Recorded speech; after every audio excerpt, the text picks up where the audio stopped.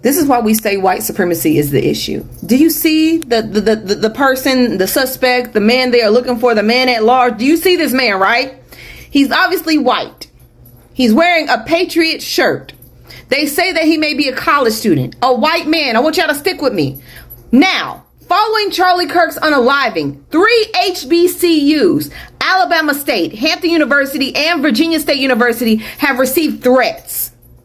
Threats for what? The suspect in Charlie Kirk's unaliving is going to be a white man. So why are black people being threatened? Because it's all about white supremacy, and no matter what, white people who are racist in this country, who follow Charlie Kirk's rhetoric, believe that black people should not exist. And so instead of turning on their own people, because this was white on white crime, they are directing their anger towards black people. They ain't got shit to do with the situation. I didn't even see a black person in the goddamn crowd. It was Utah. Ain't that like Mormon country or some shit? But no, black people once again, black students once again have to keep their head on the swivel because white racist, Christian, nationalists, KKK members, Nazis are all trying to target them for what? Sometimes history puts us in the middle of storms that we never created, battles we never asked for, and headlines that force us to respond. So right now, the death of Charlie Kirk has sent shockwaves across America.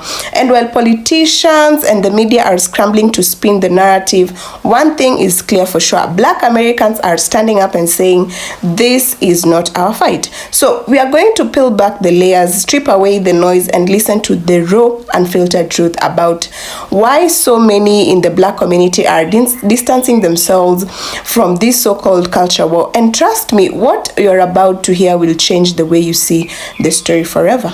Charlie Kirk once said that it's worth it to have gun deaths every year if it means that we get to keep the Second Amendment. And today, the irony is that he died by gunfire. The Second Amendment was never about freedom. It was created so that slave owners could arm militias to crush rebellions. And while white folks were guaranteed guns, black people were denied that right for centuries. So when he called our deaths rational, he was just echoing America's original design, that black life is expendable. The receipts about all of this are in Black AF History, the unwhitewashed history of America. I recommend this book to everyone so that you can unlearn the lies and learn the truth about this country. If you see, they done sat up there and unlied Master Son. I'm heard about that one. They done sat up there and unlied Charlie Kirk. That was one of Master's best sons. He always stood up for what's right. See, y'all gotta understand here. Master help us. Master take care of us. Master love us. You can't sit up there and celebrate nobody's death. They done hurt Master. When you hurt Master and you hurt Master people, you hurt me. Cause I live in a house. I live in a slave house. And we love Master over here. Good Lord above don't like what y'all doing. Good Lord above don't like how y'all talking about Master Son this way. Y'all gonna get what y'all deserve. This ain't right. It ain't. Master ain't said nothing wrong. Master was gonna free us till y'all said something. That be y'all folks' problem. Y'all ain't got no reverend. Y'all ain't got no reverend for Master. But I tell you what. I's gonna stand on all 12 feet for Master. I's gonna appreciate Master. I's gonna revolt about Master. That's how the fuck y'all sound. Some people are saying that I'm wrong for being indifferent about Charlie Kirk's death. I don't condone violence. I didn't wish death upon him. However, I'm not gonna feel sorry for my oppressor. Why would I feel sorry for my oppressor? You really have to ask yourself that. Yes, I am indifferent. Yes, I woke up today. And yes, I handled my business today. No, I did not dwell on his death at all today. Except for right now. I am indifferent about his death. As a black woman in America who identifies with LGBTQ, I am allowed to feel the way that I feel. And I am going to go about my day.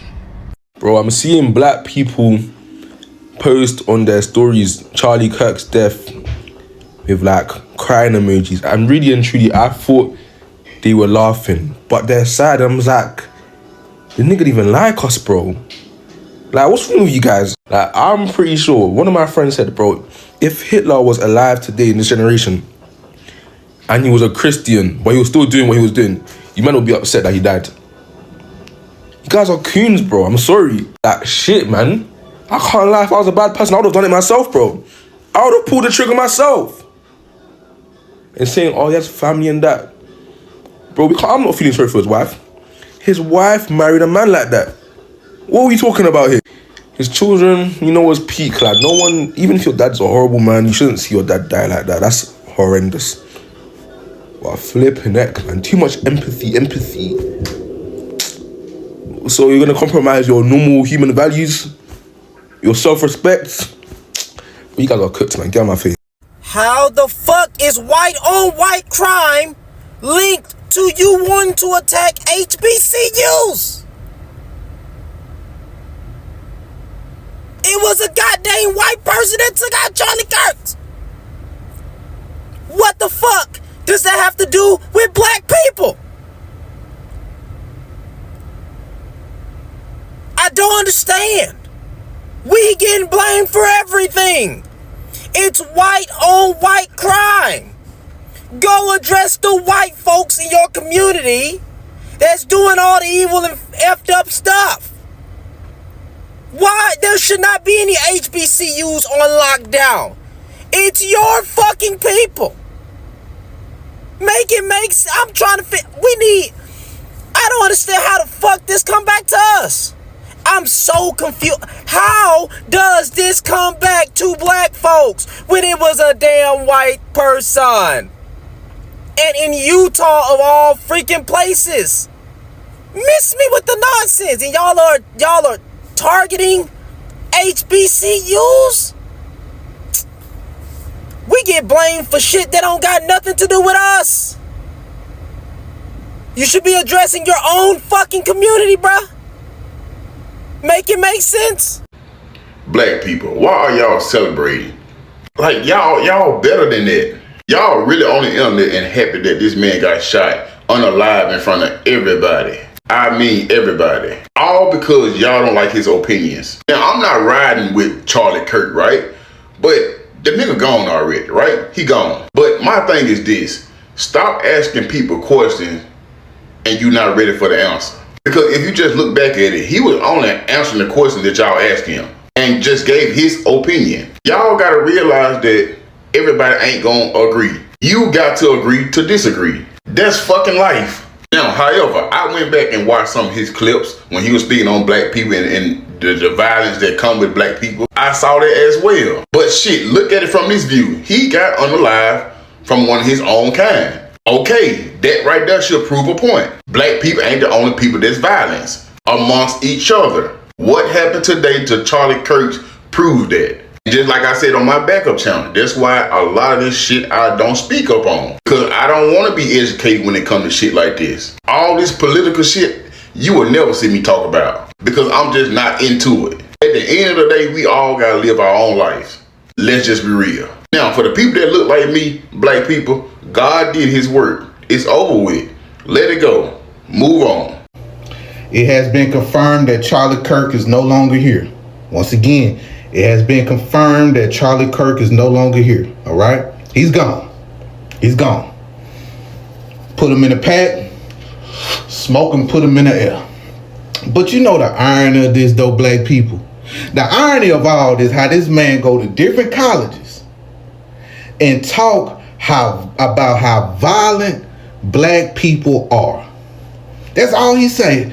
Black people this, black people unalive, black people, black on white violence is worse compared to white on black violence. The per capita, more black people unalive. Say all these things, how white people should be scared of black people. But it turns out a European man from Utah that looked just like him popped him in the neck. Ain't that the irony? You talk all this propaganda about how violent black people are to white people, but always forget about the white on white violence that you have in your community. The irony, y'all, it's the irony of all this. The ancestors been working.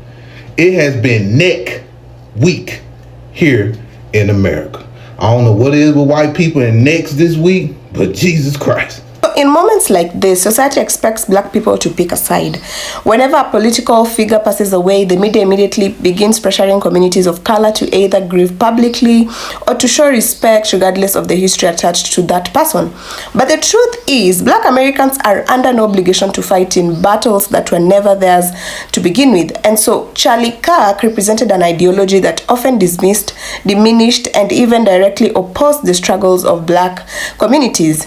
And so his platform was one that consistently amplified voices of privilege while silencing the pain of marginalized groups. And so when the news of his death broke, many black Americans did not react with tears or sympathy, but instead they reacted with distance, with reflection, and with a powerful statement: this is not our fight. What makes this moment so striking is the honesty. For generations, black people in America have been pressured to perform grief, to show empathy for leaders, politicians, and even institutions that never extended empathy back to them.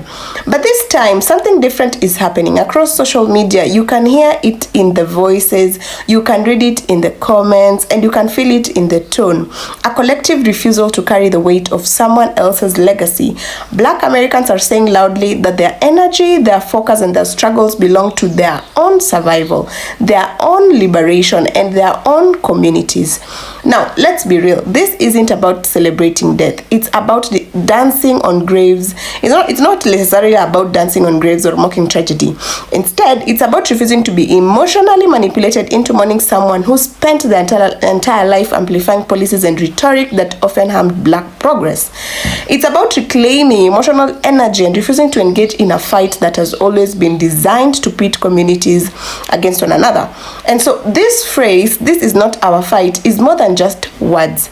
It's a declaration of independence from narratives that drain black resilience. It's a reminder that not every headline deserves a reaction. Not every political firestorm requires our attention.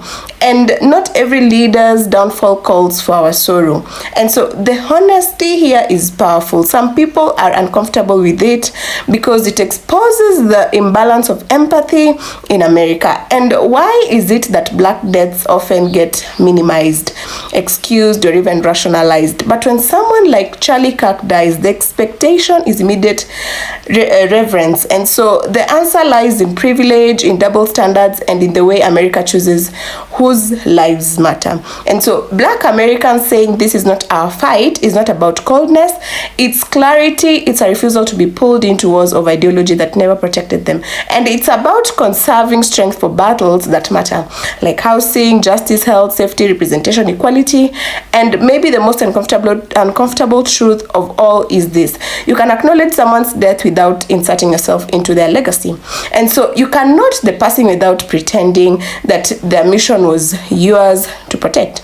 And so as we reflect, let's sit with the honesty. Let's respect the raw, unfiltered voices that are saying unapologetically that not every storm requires the umbrella. And so the message is clear and it's resonating. This is not our fight.